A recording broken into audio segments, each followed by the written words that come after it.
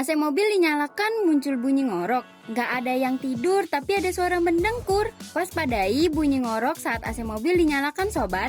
Suara ini bisa muncul karena ada masalah di kompresor. Sejalan dari usia pakai kompresor, ada beberapa hal yang bisa menimbulkan suara mengorok pada AC mobil. 1. Oli kompresor tak sesuai karakter kompresor.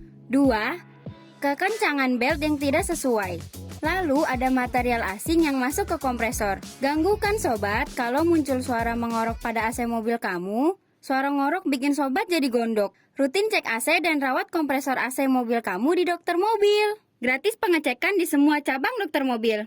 Ayo baca deskripsi untuk lakukan reservasi dan penjelasan selengkapnya.